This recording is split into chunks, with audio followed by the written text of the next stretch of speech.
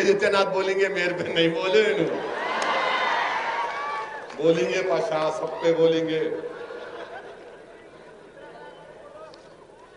ہم نہیں بولے تو کون بولتا ہی نہیں آج کل.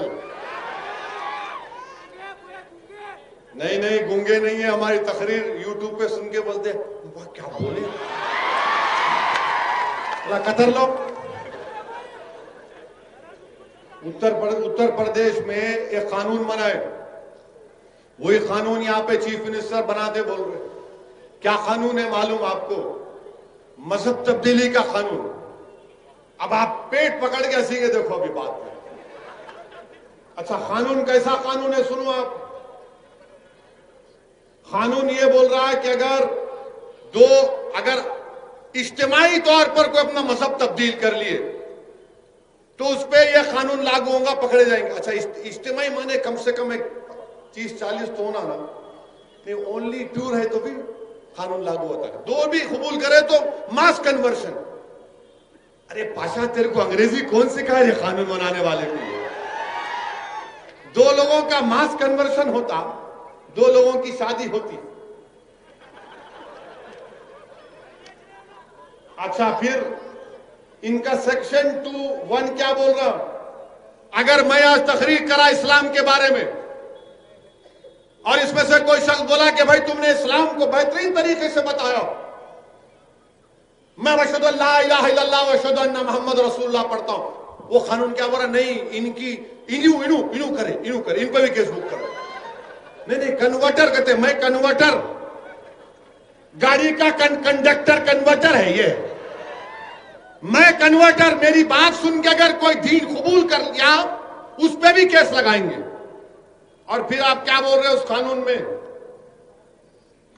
میں کیا بول رہے کہ ایڈنگ ایبیٹنگ کا سیکشن 2(1) اور اس کے بعد اچھا اس میں حیرت انگیز بات دیکھو آپ. سیکشن 4 میں اگر ایک میاں بیوی کسی بچے کو گود لے لیے, بچہ جا کے کمپلین دے سکتا ہے میرے اماں ابا مذہب تبدیل کر لیے, کیس بک کرو. نہیں ہنسنے کا نہیں ہے, وہ دماغ والے وہ لوگ وہ پورا فرسٹ فلور خالی. اور پھر یہ بھی بولتے کہ روڈ چلتا آدمی جا کے کمپلین کر سکتا. میں بدل دیے مذہب انہوں. کیسا معلوم تیرے کو؟ نہیں میں روڈ چل رہا تھا دیکھا, کیس بک کر دو اس پہ. وہ قانون میں ڈال دیے. سیکشن بول رہا ہوں آپ 8(3). اور 8(3) میں کیا ہے؟ اگر کوئی اپنا مذہب تبدیل کرنا چاہ رہا ہے تو اس کو جا کے ڈسٹرکٹ مجسٹریٹ کو لیٹر لکھ کے دینا, صاحب میں تنگ آ گیا اپنے پرانے مذہب سے, نیا مذہب بدلنا چاہ رہا ہوں. تو ڈسٹرکٹ مجسٹریٹ بولتے لکھ کے دے, 2 مہینے کے بعد آ. 2 مہینے کے بعد آ, میں انکوائری کروں گا, میں معلوم کروں گا کہ تو سچ بول رہا یا تیرے کو کوئی دھوکہ دے رہا. یہ قانون بنا رہے میرے عزیز دوستوں اور بزرگوں. یہ section 8 sub section 3 sub section 9 section 4 یہ کیا ہے بتائیے آپ؟ کون سا قانون ہے یہ؟ میں اپنے مذہب پر چلوں, میں ایک اللہ کو مانوں, میں ہزاروں خداؤں کو مانوں, میں کسی خدا کو نہ مانوں, میں کسی اور مذہب پہ چلوں, آپ کا اختیار کون ہے اس میں؟ حکومت کون ہے میرے کو بولنے والی؟ مگر یہ بی جے پی کے راج میں ہو رہا ہے کہ اگر خدا کو بھی تم کو ماننا ہے تو ہم سے پوچھنا پڑے گا, مذہب کو بھی چھوڑنا ہے تو ہم سے پوچھ کر چھوڑنا پڑے گا.